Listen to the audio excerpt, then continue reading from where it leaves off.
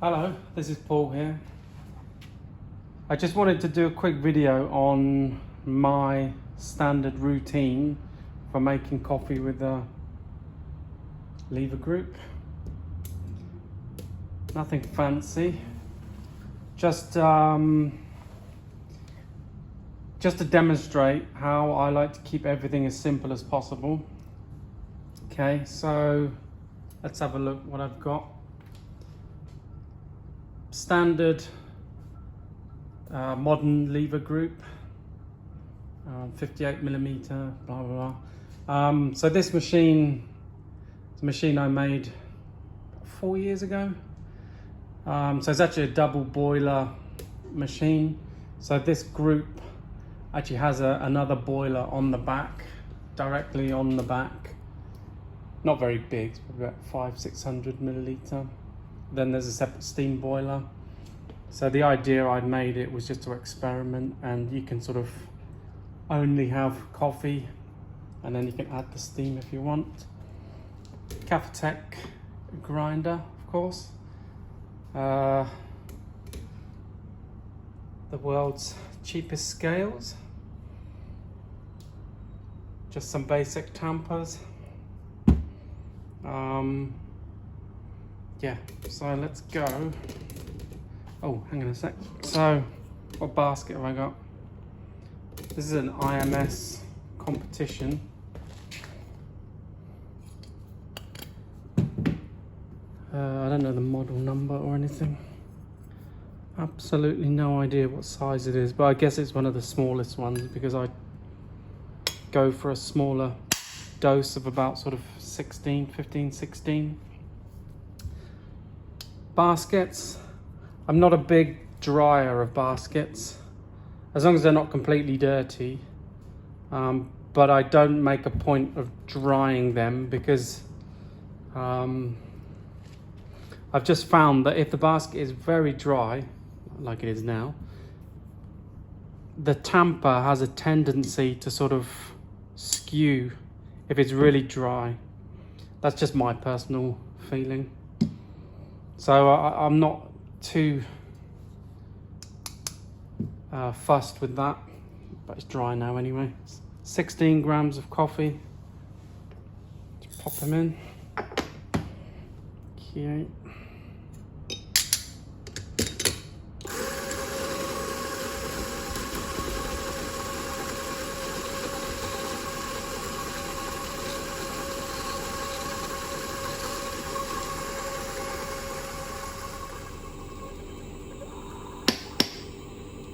Okay,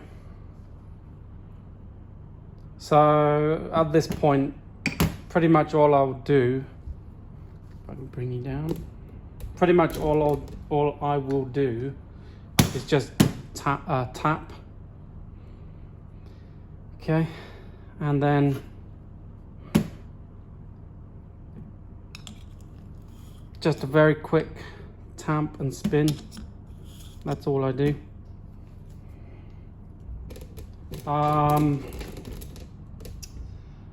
Yeah, I'm not I have stirred it before.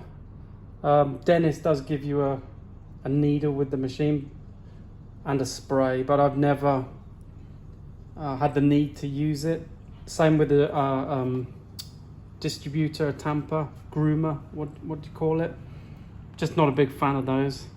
So I'm just a bump level, quick tamp, okay, and then straight into the machine. Yeah, normally weigh as well, but for the video I won't. Okay, so let's have a look. Oh dear, difficult one. And lever down, Preinfusion. Okay.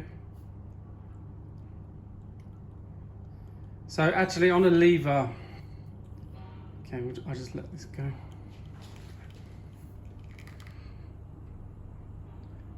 Okay. So on a lever machine, the Preinfusion I've always found is the key to the whole thing, because it controls the volume of the shot basically, and the pressure ramp up and everything. So I tend to go for a longer pre-infusion. Okay, I'll stop it there. All right. So as you can see, with basically no, you know, I was quite relaxed about the whole thing. Yeah, you can't see any channeling or any spritzers or anything. Yeah, just keep it simple. And you know, for me, I found that's the best way. I just believe that the more, you know, the more you fuss over the process, I believe you're going to introduce more errors and more possibility of something going wrong. Yeah, I mean, granted, I'm using Kafatek grinder, which, you know, as you can see when the grinds come out, there's no clumps for me to break up. So, you know,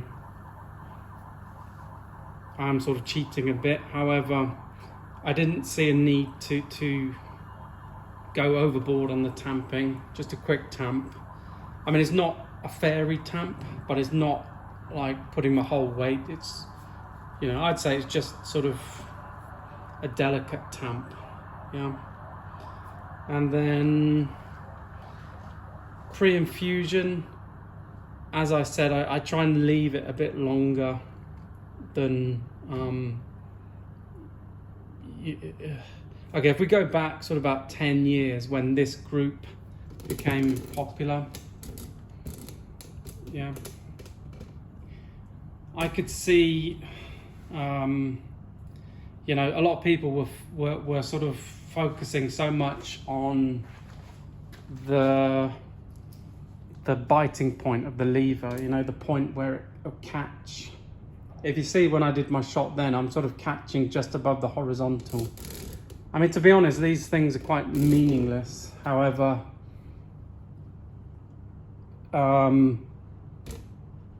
yeah, so the way to achieve that is basically through pre-infusion. It's nothing to do with the seals or the coffee, or probably is coffee.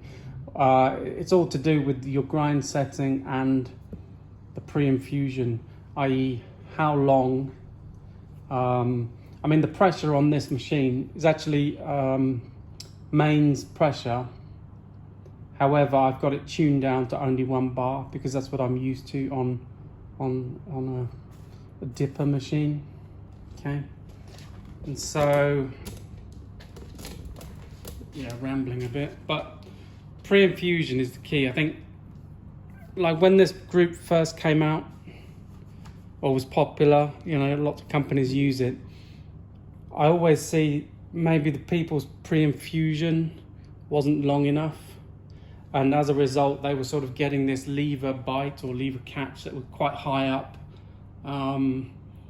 and the shot volume is not enough. So my experience suggests you try and hold that pre-infusion a bit longer than you expect to, yeah, and that allows for full saturation of the coffee, and it allows the chamber to fill up with water, and that will extract a full amount. I mean, again, of course, if you're only aiming for a 30 milliliter shot, 30 gram shot, excuse me, then, you know, it doesn't matter to you. But if you want to get a good double, then you got to hold that pre-infusion. So let's just, yeah, actually we could just have a quick look. Okay, I'll do another shot, and let's see how much we can get just by holding the. Okay, so I just knocked it out. Let me get my scales quickly. Okay, here we go. Can you see that? We'll go 16 grams again. Okay, it's a bit much. 15.9. So let's weigh the shot. Can you see? Okay, back in again.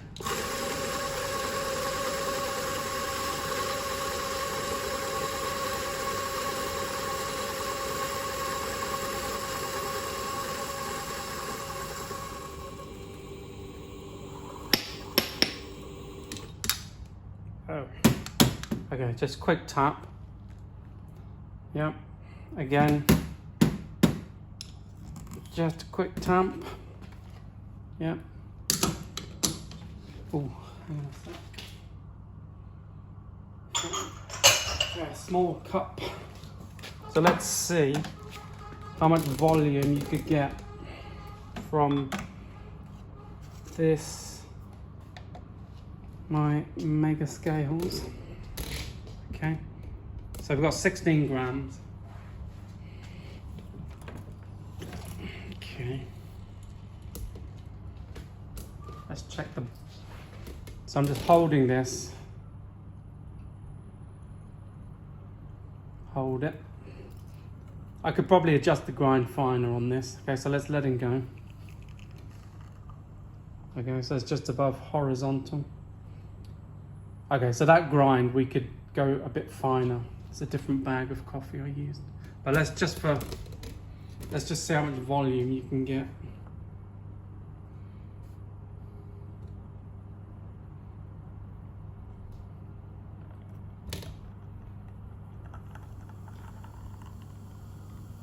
Where are we?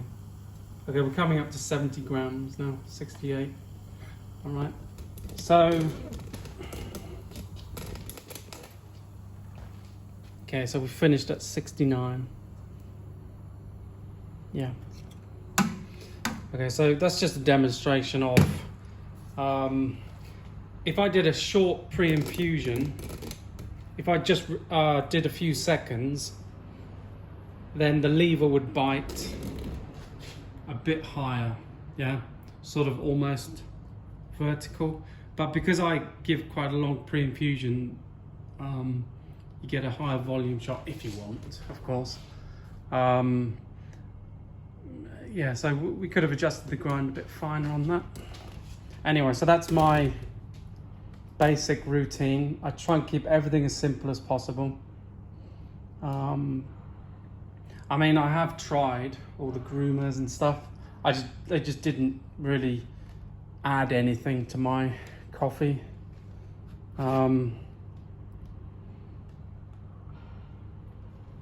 So I normally rotate my machines quite a lot. So I've had this plugged in or plumbed in now for the last week. The month before that, I was using my Fama Venere. And then before that, I was using a Linear Classic. Yeah, what else have we got? Not much, all of my machines have been packed away. So, Kafatek grinder, flat bell, just fantastic.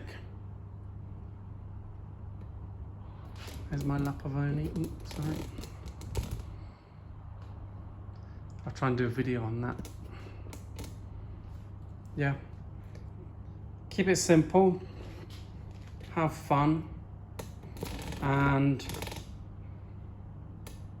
yeah, I mean, it's just, for me, and I'm speaking to other people, the longer you are in the coffee business or longer you're involved in the hobby or you know, I find that at the beginning you focus on the smallest detail. You know, and at the moment, the last few years, the details are stirring, clumps, grooming tools, etc. But there's really no substitute for the basics, which is understanding your grind setting, understanding the pre-infusion and the extraction time, and having fun. Yeah. I mean, the point is, if you like getting involved in the stirring and the grooming, that's fine. You know, people enjoy different things. But at the end of the day, the foundations are very important. yeah, a rambling video. So this is my disaster of an office. We have no space. These two gadgets moved from the workshop into the kitchen area last year, and they just sat there. Victoria Arduino ×2. What have we got? Some stock. Gadget Monte Carlo, famous Zodiac.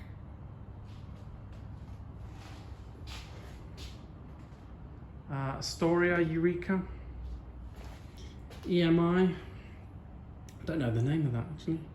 So EMI is a sister brand to Famer back in the 50s and 60s, and I love them. So this is a lever that's been restored. There's another EMI here with a lever. This is the cousin of a Lambro, Famer Lambro. Essentially it's the same frame, panels, but the side is different. You can see people call these eyebrows. They're a little bit different on the EMI, but essentially it's the same as a Lambro. Famer Venere.